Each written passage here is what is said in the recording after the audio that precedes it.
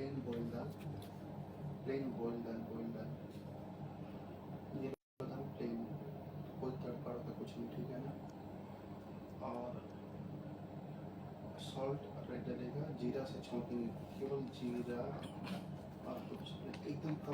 নমস্কাৰ, और मशरूम আশা কৰোঁ আপোনালোক সকলো ভালে কুশলে আছে। No onion no garlic.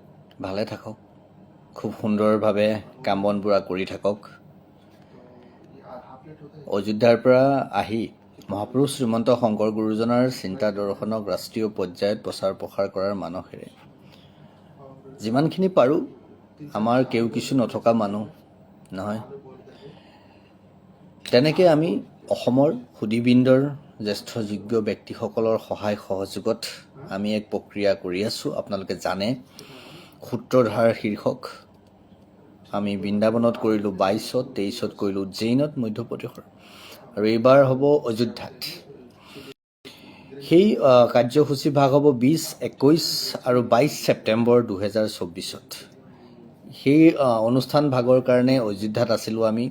তাৰ কাৰণে সমস্ত ব্যৱস্থা, থকা খোৱা, ক'ত আমাৰ অনুষ্ঠান হ'ব সেইখিনি কৰি আজি আমি আহি দিল্লী পাইছোঁহি।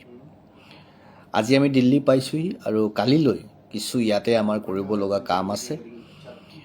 দিল্লী বিশ্ববিদ্যালয়, তাৰপিছত জৱাহৰলাল নেহৰু বিশ্ববিদ্যালয় মানে JNU, তাৰপিছতে আপোনাৰ লাল বাহাদুৰ শাস্ত্ৰী সংস্কৃত বিশ্ববিদ্যালয়।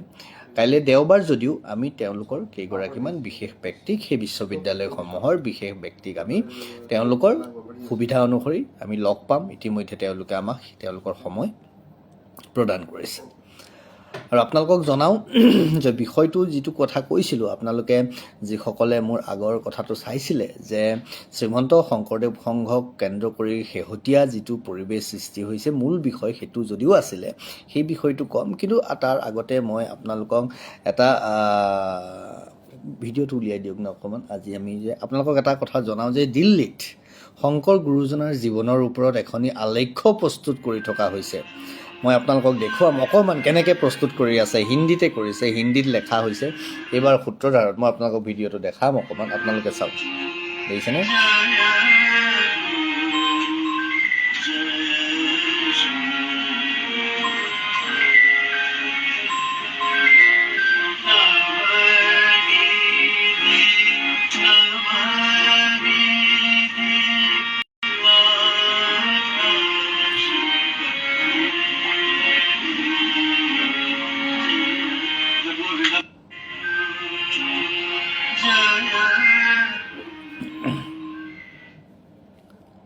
বুজি পাইছেনে? আমি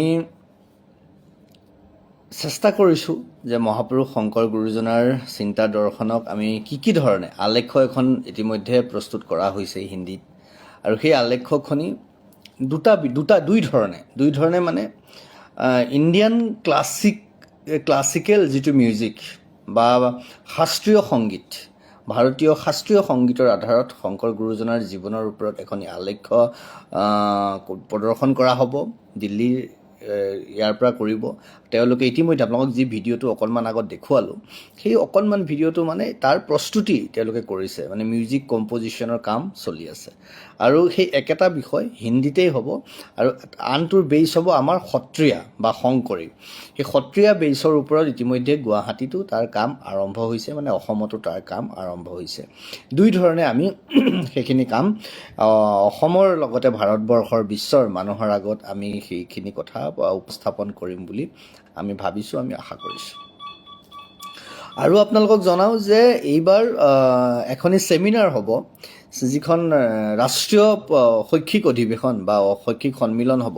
ইতিমধ্যে আমি আপোনালোকক জনাইছোঁ যে আমাৰ এই ছেমিনাৰখন ৰাষ্ট্ৰীয় নেশ্যনেল একাডেমিক ছেমিনাৰ, আৰু ইয়াত কুমাৰ ভাস্কৰ বৰ্মা সংস্কৃত